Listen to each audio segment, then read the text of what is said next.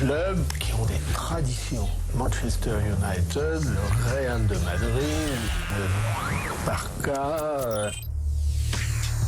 Verratti pour 11 millions, encore une fois, c'est un joueur qui a beaucoup moins prouvé, je pense, que Belhanda, donc on est un peu dans l'excès là. Verratti n'arrive sûrement pas comme titulaire. Jusqu'à minuit, c'est l'after-foot. Je vous fais le pari qu'il sera rarement même dans les 18. Gilbert Brébois. Bonsoir à tous, l'after est là jusqu'à minuit en direct comme tous les soirs bien sûr. Nous sommes sur RMC, nous sommes sur BFM Sport pour analyser les résultats du soir de Ligue des Champions, mais pas que. Vous allez voir qu'on vous a préparé quelques trucs sympas ce soir dans l'after. Ça va débattre, c'est le principe de l'after. Il y a de l'opinion, du débat bien sûr. Et il y a Jérôme Bretagne qui est là, il y a Daniel Riolo qui est là. Daniel, bonsoir. Bon, je viens de finir un thermos de café là pour me remettre un petit peu des émotions de ce match. Il fallait que je me réveille un petit peu. De ces matchs ou de ce match? J'ai principalement regardé Séville-Manchester. C'était compliqué. Hein. Donc toi qui es fan de Manchester, Jérôme, je sais pas comment tu fais. Hein. Déjà, dis pas que je suis fan de Manchester. Et je vais te taquiner toute la soirée pour me réveiller. Ce match était horrible. Alors, on va y revenir. Simonet Rovera également avec nous. Salut Simonet. Pour que ça me remette un peu en vie. J'ai pas vu un meilleur match. Avant d'accueillir Fred et Philippe, Fred Hermel et Philippe Auclair, je rappelle les résultats du soir si vous nous rejoignez. Donc en Ligue des Champions, Séville United 0-0 ce soir. Le Shakhtar a battu la Roma 2-1. Il y avait d'autres matchs ce soir, je vous donne rapidement les résultats. Un match en retard en Espagne, le Real a gagné à Leganés 3-1. Fred Hermel va nous en dire un mot. Il y avait un match également au Portugal, Porto gagne à Estoril 3-1. Et puis le premier match de retour des 32e de finale, retour de l'Europa League, le CSKA Moscou qui élimine l'Étoile Rouge de Belgrade 1-0. Voilà, c'était donc ils sont qualifiés pour les 16e. Hier soir, on a quand même fauté. S'il y avait 3 Dijon, on n'en a pas dit un mot. 0-0, vous n'avez rien dit sur le 3 Dijon? Moi, je l'ai appris ce matin. En plus, il y a ce match. Cela dit, moi j'ai entendu. Mais tu savais qu'il y avait le match? Mais j'ai regardé la première mi-temps. Complètement oublié. J'ai entendu Lucien Denis après le match dire si vous avez enregistré, ne regardez pas. Il a dit ça. Déjà, si vous avez enregistré, s'il y a, je lance. Enfin, on ne sait jamais, ça peut exister. Qui a enregistré? Je lance un appel. Le mec qui a enregistré 3 Dijon qui peut le prouver, on l'invite. Non, c'est pas un Troyen qui bossait, par exemple. Un Troyen, un C'est Dijonais. pas loin, on l'invite dans l'émission. Mais Ou Corentin. Je suis sûr que Corentin, il l'a enregistré. Non. Il a regardé en direct. Déjà, moi j'ai regardé la première mi-temps. Je vous garantis. T'as pris une claque. J'en ai vu des. Ah ouais, non, mais j'en ai vu des daubes. Hein. Mais alors là, celle-là. Toi qui aimes bien le football un peu robuste. Ouais, toi qui aimes bien les tactiques défensives, ça, c'est étonnant que t'aies pas aimé. Bon. Ouais, écoute, alors, après, chacun a une vision différente du foot. Jérôme, on va parler Ligue des Champions dans quelques secondes. On oublie 3 Dijon, c'était hier. Ouais, c'est vrai. Ouais. Mais surtout, je vous donne rendez-vous. Après l'analyse de ce match, on va continuer un débat que vous avez entamé lundi soir dans l'after, parce que Daniel t'a fait un avis sur les supporters et la situation actuelle de tension qui existe entre les instances du foot et les supporters. Et on va continuer ce débat ce soir. On sera notamment tout à l'heure avec un des porte-parole de l'Association nationale des supporters. On sera également avec un porte-parole du groupe ultra de Bordeaux, les ultramarines. Donc ce sera dans quelques minutes. Pour l'instant, la Ligue des Champions. Alors, on va vous épargner les 3 points ce soir, parce que c'est vrai qu'il ne s'est pas passé grand-chose. Mais tout de même, Fred Hermel est là. Fredo, bonsoir. Voilà, chicos. Et Philippe Auclair. Philippe, bonsoir. Ça a commencé? Il y avait un match. Moi je suis comme Daniel, mais j'ai besoin carrément le café c'est en transfusion. Ah bah là il te le faut en intraveineuse. En intraveineuse. Mais toi c'est toute la saison, parce qu'à chaque fois que tu regardes Manchester United, il t'en faut. C'est pour ça que je ne le regarde pas trop souvent, Daniel. Bon alors allons droit au but. Le match pourri, c'est à cause de Mourinho? Bien sûr. Oui, bien sûr. Oui. T'as quand même une équipe de Séville qui a, puisque c'est l'excuse souvent rabâchée, celle des moyens pour faire le jeu, qui doit en avoir à peu près 4 ou 5 fois moins que Manchester United, qui, rappelons-le, et Philippe me démentira si je dis une bêtise, mais est avec Real Madrid le club le plus riche du monde. Désormais le numéro 1, juste devant le Real Madrid, d'après les dernières études de Deloitte. Est-ce que tu as le droit à notre époque de proposer un tel spectacle avec une équipe pareille, avec de tels moyens, quand tu vois qu'en face, cette petite équipe de Séville, avec de tels joueurs, mais cette petite équipe de Séville a essayé de tout faire, de jouer, de combiner au milieu, sur les côtés, dans l'axe. À jouer son football, quoi. À jouer son football, et effectivement, essayer de gagner le match. Manchester United a essayé je ne sais pas quoi. Est-ce que c'est de tenir le 0-0 ? Est-ce que c'est de temps en temps ? Est-ce que c'est aussi d'aller planter un but avec un contre qu'aurait terminé Lukaku ? Moi, on parle des bons joueurs de Manchester United.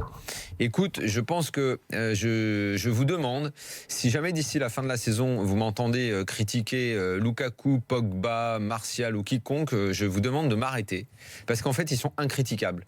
En fait, on ne peut pas savoir si ces joueurs-là, ou même Juan Mata, qui est un joueur que j'aime beaucoup, on ne peut pas réellement savoir ce que ces joueurs font, parce que dans cette tactique-là, tu peux pas être bon, quoi. Tu peux pas être bon. Même un mec comme Lukaku, que moi, j'ai jamais réellement épargné, parce que c'est pas tellement mon style d'attaquant. Je lui reconnais quand même pas mal de qualités dans son style propre. Pourquoi pas ? On peut aimer ce genre de déménageur, pas de problème. Mais qu'est-ce que tu veux lui reprocher ? Le mec, il fait un match devant, il essaye de bouger tout ce qu'il peut bouger, mais il est isolé avec pas de partenaire à moins de 20 mètres de lui. C'est impossible pour lui de jouer. Mata, à qui va donner le ballon ? Il n'y a personne à côté de lui, c'est un beau joueur de foot, tu dois aimer, c'est un peu ton style, Juan Mata, Jérôme. Comment il peut jouer au foot, Juan Mata ? Il peut faire quoi ?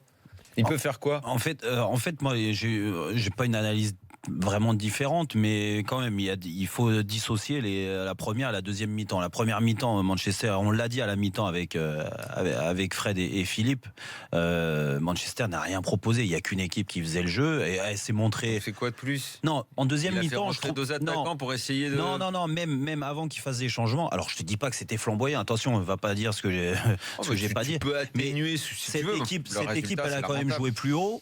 Ouais. Et tu sens, mine de rien, que dès que Pogba a commencé à prendre un petit peu le jeu à son compte sur les 20 dernières minutes, il s'est passé des choses. Alors, je te dis pas que c'était flamboyant. Il y a eu l'entrée, en plus, un peu plus de vitesse, Rashford et Martial au bout d'un moment, qui ont encadré un peu plus Lukaku. Et comme par hasard, ils se sont montrés un petit peu plus dangereux. Oui, ça, t'as raison. Mais regarde, on parle quand même d'un mec qui a été pour moi l'un des plus grands coachs du début du 21e siècle. Le mec a gagné à peu près tout ce qui peut se gagner dans le foot.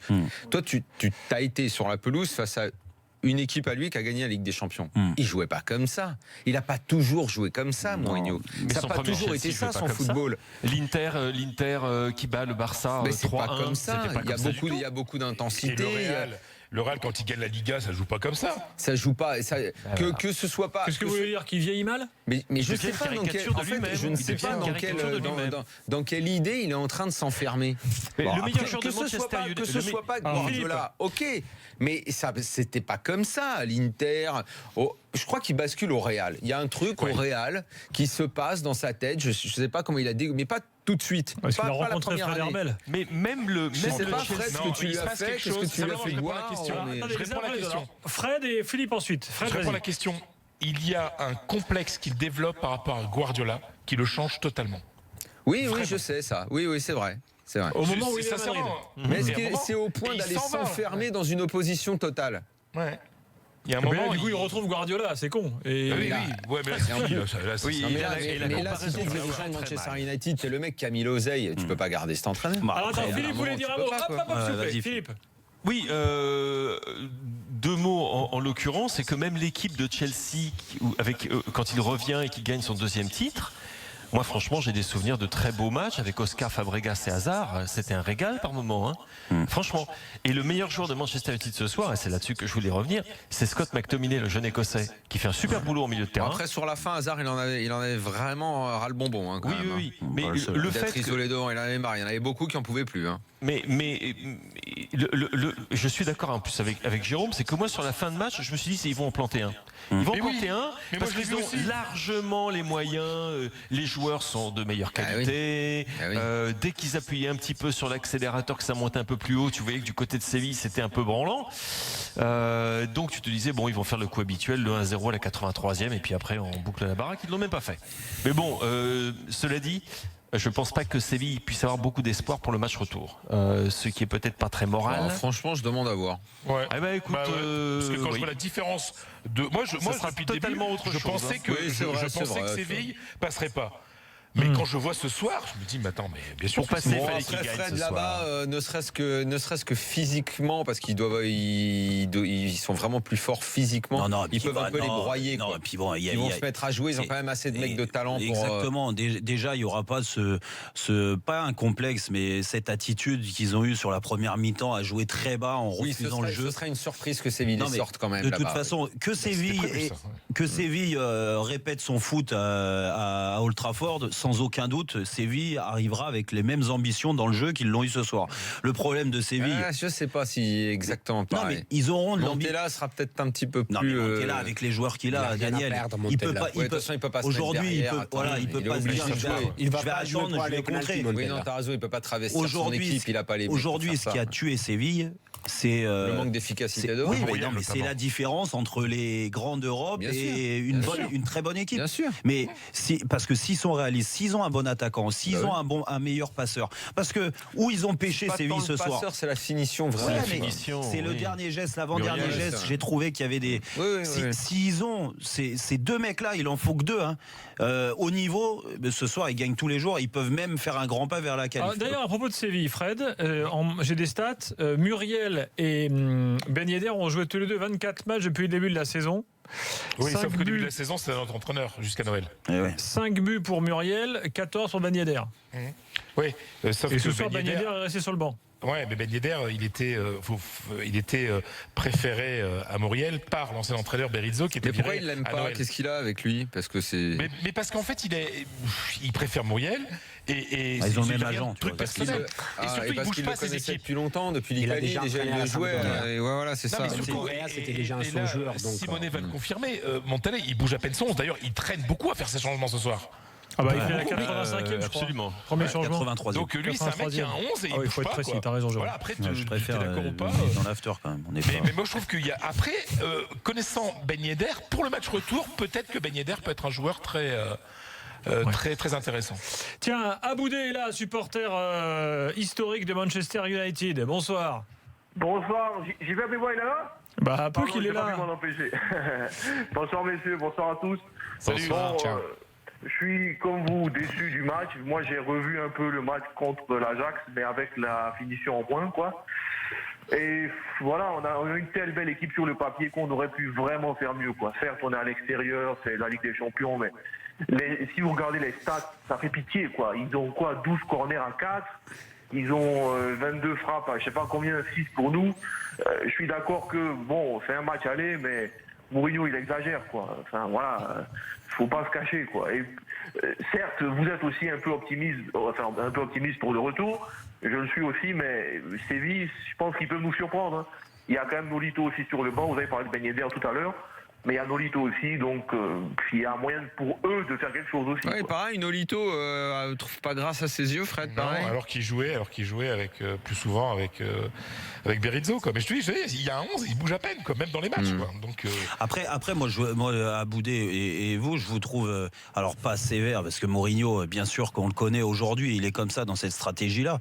Mais après, il n'est pas dans la tête des joueurs et dans les pieds des joueurs. Ce que je veux dire, Matic, aujourd'hui, quand tu vois le match de Matic, juste lui, avec autant de déchets. Non, mais je sais pas comment il les prépare, c'est pas possible. C'est incroyable. Les mecs, on a l'impression qu'ils sont. Non, mais je suis d'accord, Daniel, mais ce que je veux dire, quand tu as un joueur comme Matic qui a beaucoup d'expérience. Tu les empêches, quoi. Ouais, non, mais attends, Matic, avec toute l'expérience qu'il a, ce que je veux dire, il est capable de faire un meilleur match. Alexis Sanchez, je suis désolé, il est capable aussi, dans son positionnement, de se dire, bon, bah aujourd'hui, je sers pas à grand chose. Il défend beaucoup. Non, mais d'accord, Fred, non, mais je suis d'accord. Mais si le bloc est bas comme ça, si tu le casses en deux avec les mecs de devant, c'est compliqué de développer du jeu. Et ce que je veux dire, on a tous été sur un terrain, l'entraîneur il te demande des choses. Aujourd'hui, tu peux me dire que Mourinho, tu ne vas pas enfreindre les ordres. Attends, mais quels ordres? Aujourd'hui, quand tu vois le nombre de situations de Séville, c'est ce que je disais à la mi-temps. En première mi-temps, je veux bien que le bloc soit bas, qu'il ait une tactique très défensive. Mais si c'était... C'est ce qui me fait dire que les joueurs aussi sont enfermés. Et c'est facile de dire, bah ouais, mais Mourinho nous demande ça. Mais aujourd'hui, si Mourinho, il était... s'il avait mis le bus devant le but, par exemple, comme souvent on dit... là, il était quand même pas très loin. Mais non, parce qu'en première mi-temps, le nombre de situations de Séville, je peux te dire que c'est pas, il y avait pas le bus. Les mecs étaient pas... Je pense qu'au bout d'un moment, ils se sont vus peut-être un petit peu trop beaux à se dire, bon, bah c'est Séville en face. C'est un minivan alors? Bah écoute, moi, j'ai pas trouvé... Et franchement, le nombre de situations situation de Séville. Quand tu mets un bus comme ça, un SUV, t'as beaucoup. Ouais, un SUV, t'as raison. De situation, quoi, tu veux dire, situation dangereuse. Eh oui, situation dangereuse de Séville en première mi-temps. Non, mais De Réa, il leur fait 2 sauvetages avant la mi-temps. Là. Ça aussi, ouais, ça il faut préciser parce que c'est vrai que Muriel dans le rématé, dans le tir, il n'a pas été bon. Mais c'est vrai que De Réa fait 2 sauvetages extraordinaires. Un sauvetage extraordinaire. Il fait un bon, mais il en sort 2. Sergio Rico, il n'a rien fait. Après, il y en a une. De Réa, il fait son taf qui est d'empêcher les ballons de rentrer. Mais l'autre, il est aussi d'aussi près, il peut mettre le ballon à un autre endroit du but. C'est ce que je disais. Allez, merci à Boudé. Philippe, on fait une petite pause, on revient ensemble, on va faire une évaluation. Ensuite, on parlera du Shakhtar. Le Shakhtar qui a battu la Roma 2-1. Séville, Manchester United 0-0. Et puis ensuite, donc, on réouvre le dossier des Ultras dans l'after jusqu'à minuit. On se retrouve dans quelques instants. À tout de suite.